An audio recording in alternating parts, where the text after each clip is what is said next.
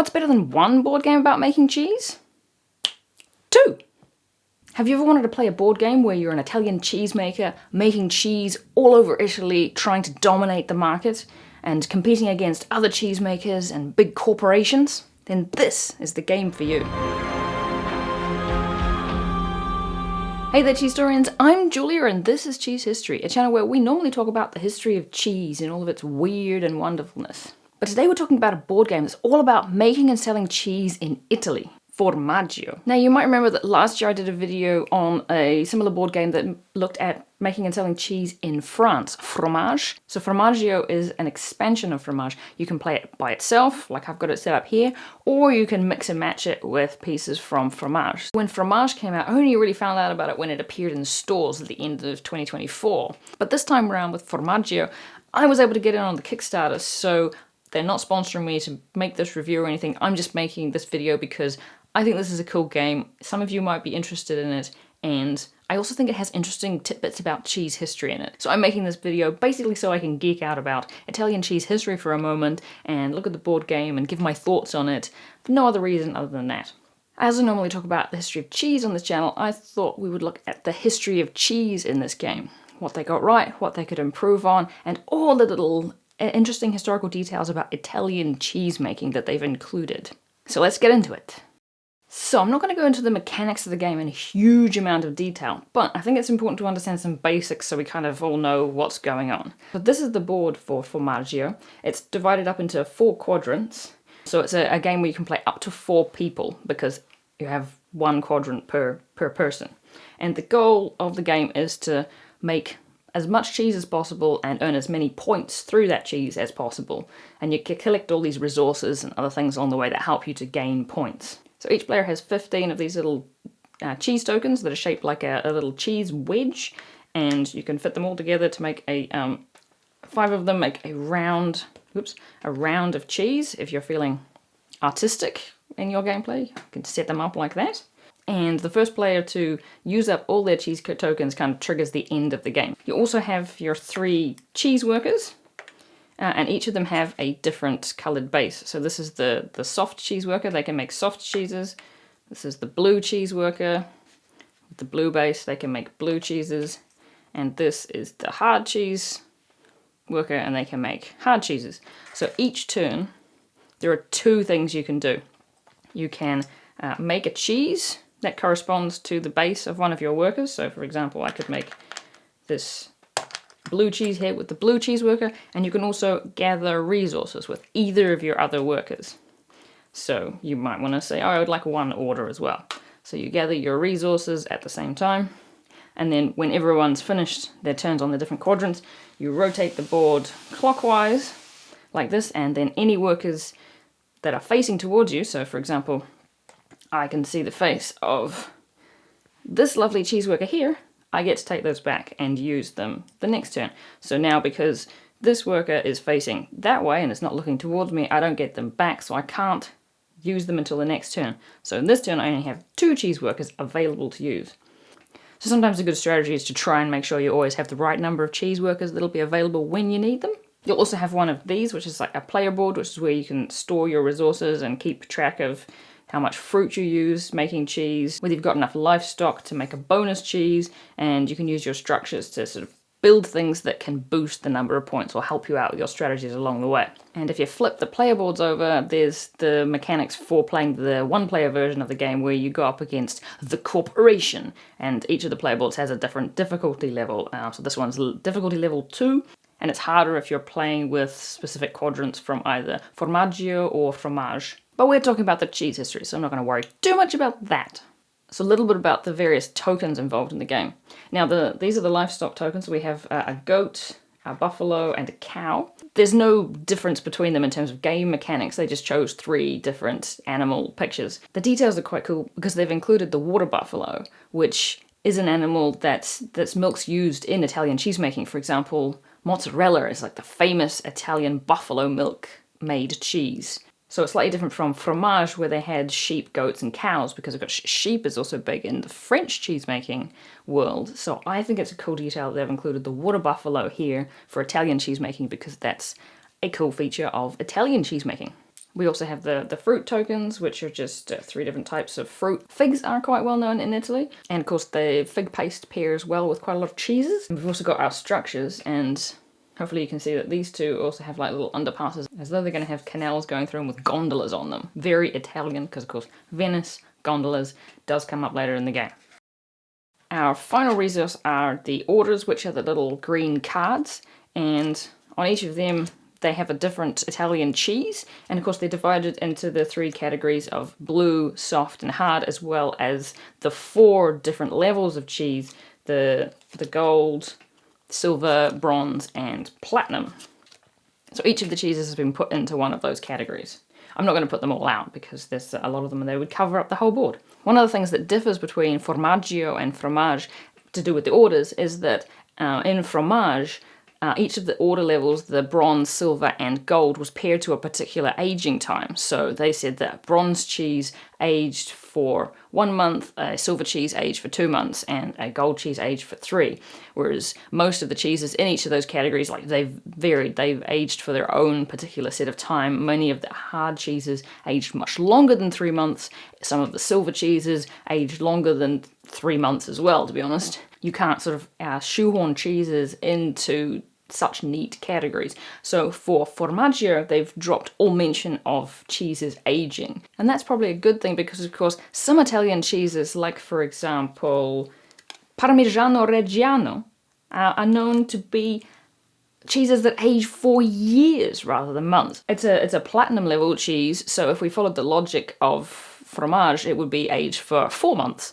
And of course, you can't even call it Parmigiano Reggiano if it's only been aged for 4 months. That's like a 12-month minimum, and they can go up to like years and years and years before they're actually ready to be sold. I'm quite glad they dropped that because it made it seem like all cheeses age for up to 3 months, and many of them age way longer than that, so I'm quite glad they made that change. I should also apologise to any Italians who are watching if I butcher the names of any of their cheeses, because my Italian pronunciation is far from perfect, but I'm trying my best. Alright, a couple of other details about some of the cheeses in the orders, because like this is where all the cheeses are, right? So this is where all the fun is. We have like all of the famous Italian cheeses, right? Parmigiano Reggiano, Grana Padano, Pecorino Romano, and a whole bunch of other like famous Italian cheeses. I mean, mozzarella, ricotta. There are some where I have questions about why they're in the category that they are.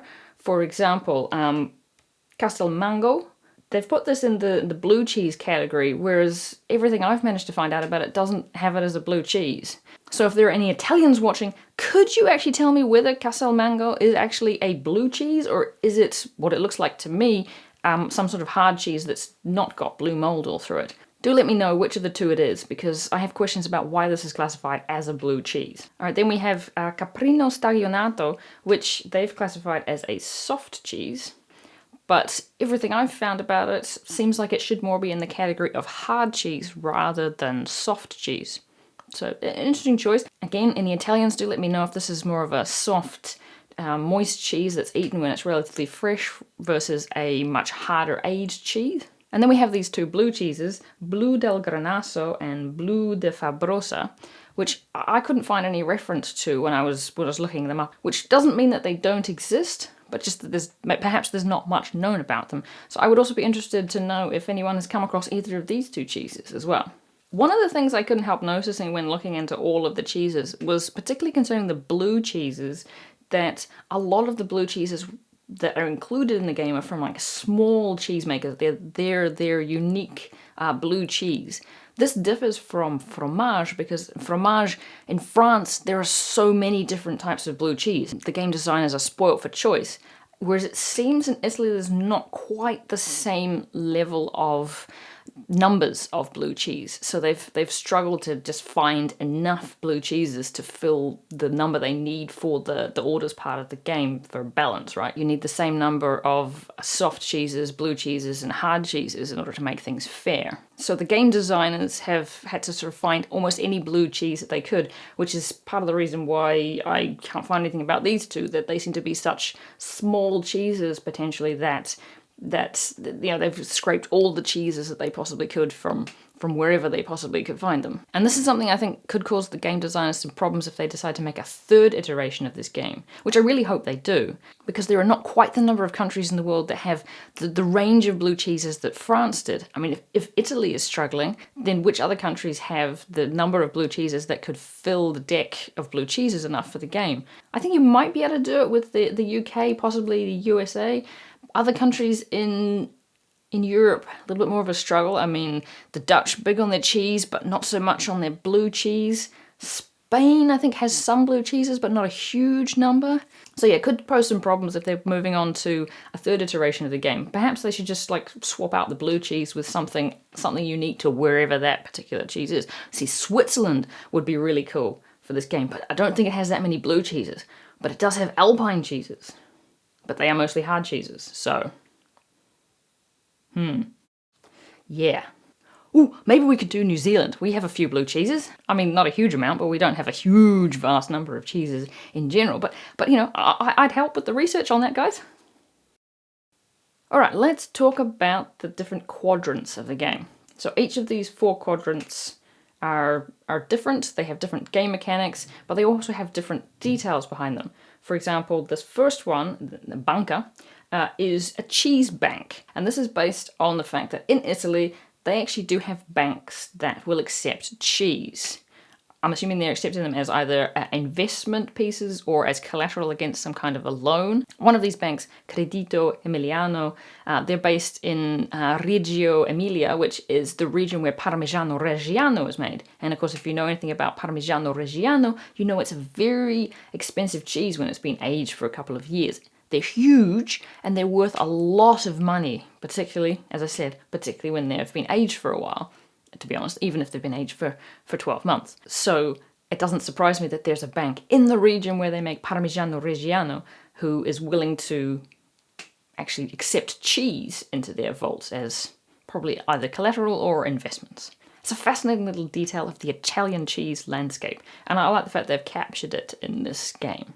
So the purpose of this quadrant is more or less to have lots of cheese in the bank. And you get points based on how many cheeses you have in each row, both horizontally and vertically. And the platinum cheeses at the top kind of give you the option to get up to 4 cheeses in a row because they count for the 3 rows beneath them. Let's turn the board and move on to our second quadrant. By the way, I should also say that these quadrants can be arranged in any order. This is just the order they came out of the box for me today. So here we have the Vigneto, which is all about pairing cheese and wine, because of course Italy is also famous for its wine, just like it's famous for its cheese. So for each cheese that you make, you get to get the little token that sits above it, and then the point is to try and match up as many wine bottles as possible. So you know, if you got these 2 tiles, you would join them up and you get a white wine bottle, and that would get you points down the line further along the game. There's not much more to say about this quadrant. Italy makes great wine, Italy makes great cheese, they pair together really well, so that's captured in this quadrant. Let's turn again to our third quadrant. Here we have Venezia, which is Venice. So we have our canals through the city, and these little black things are representing gondolas. In this quadrant, each time you make a cheese, you can also place a gondola anywhere on the board. Ideally, it should be close to a cheese that you just made, because you gain points based on how many gondolas are next to your cheeses. So the more gondolas that are next to your cheeses, the more points you're going to get at the end of the round. I haven't really looked deeply into the history of Venice relating to cheese. I think this quadrant is more about Venice is a famous part of Italy. Everybody knows about the gondolas. So if you're making a board game about Italy, you're almost going to have to include some sort of reference to Venice. And I think this is kind of like a nice way of doing it. The idea is, as you're going down the canals, you're probably eating some Italian cheese. It's kind of a bit of a fantastical, touristy view of Venice rather than like what it's like from the people who live in Venice's perspective. So now we move to our final quadrant. So here we have Regioni, and this is a map of the sort of middle section of Italy. It's divided up into different regions and has a number of cities in each of the regions. And so the point of this quadrant is to make cheeses in different regions, and then the goal is to get as many regions and as many flags on some of these cities as possible, because that will determine how many points you get at the end of the round. Now, if you've watched my video on Fromage, you may remember that there's an equivalent section of the board in Fromage to this, where they have the whole map of France and it's divided up into chunks, and that those chunks don't actually relate to anything on the map in France, either today or in its recent history. This is different though, because they've decided to do a smaller chunk of Italy. These are actually pretty much the borders of the regions in Italy. And they actually align to real regions. I'll put the names of the regions up on the screen because I'm probably going to butcher the pronunciation so you can see what they are. I'll put them up on the screen now. And the other thing is that the cities that are mentioned here are actual real cities in these areas. There is a bit of artistic license around the placement of the cities so that it looks nice and distributed across the board, but they are actual cities that are actually in those regions. So I think that is a cool attention to detail and an improvement from the whole of France being just sort of sliced up randomly for Fromage. So points for that. So those are the quadrants of Formaggio, all of which have some really cool details about Italy and how cheese is intertwined into its culture, into its life. If there are any Italians watching, it'd be really interesting to know your thoughts on what you think of how this game portrays Italy and its cheese culture and some of its cheese history. So one of the interesting things about Formaggio is there's actually a little bit less cheese history than there was in Fromage. So this is the instruction book for Fromage, and if we look at the story section that they have on the front that sets up the game, and it says that you are a small-town French cheesemaker in the early 20th century, making, aging, and selling your artisanal cheeses. So here they set things up as being in the early 20th century. Now let's look at the equivalent part of the Formaggio instruction manual. So here it says, you are a dedicated cheesemaker in the sun-drenched hills of rural Italy. No mention is made of the early 20th century, unlike in Fromage. Interestingly, an earlier draft of the instruction manual did mention the early 20th century in Formaggio as well. So for some reason they've taken out that historical setting. Perhaps it was to stop me making a video about Formaggio. But that didn't work, did it? I think one of the reasons they might have dropped this early 20th century setting detail from the description of the game is because some of the cheeses that are included in the cheese orders are much more recent cheeses, so they're not ones that you would have found in the early 20th century. And of course, in my Fromage video, I did go through and kind of critique ones that were newer cheeses than the early 20th century setting. So by removing that early 20th century time setting, they're allowing themselves to include cheeses that weren't around in the early 20th century. They're not limiting themselves to a particular time, so they can include details about Italy and Italian cheese history that don't really fit that early 20th century setting. I still think it was cool that Fromage has that early 20th century setting, even if not all the historical details in Fromage were actually early 20th century. I think it was just like a cool little feature of the game, even if it wasn't vital to the game. Slightly disappointed that they took it out for Formaggio. So this is pretty much all you need to know about Formaggio and cheese history. I still think it's an excellent game. I've had lots of fun playing it since I got my copy, figuring out different strategies and how to capitalize on each of the quadrants to get the most points possible. I think there's a lot of diversity and fun to be had in it as a game. And the fact that it's all about Italian cheeses and Italian cheese culture and that particular kind of context, it just makes for such a cool, detailed game. There's like so many layers of detail and complexity in this game. I think it's really fun. Hopefully, if you've grabbed a copy, you're having fun playing it too. Do let me know in the comments if you've played either Fromage or Formaggio, what you think of the game, what you think of all of the cheesy details throughout the whole thing. As I said, I've really enjoyed it, had lots of fun playing it, but other people have different thoughts, so really interested to hear what you think. Let me know whether you think it's good, bad, terrible, wonderful, whatever. Thanks for watching and making it all the way to the end of the video. If you want to support the channel, you can hit the like button, subscribe, do all that sort of blah blah blah YouTube things. And a special thank you goes to my patrons over on Patreon. These videos wouldn't be made without your support and encouragement, so thank you so much, guys. And I'll see you next time for more cheese history.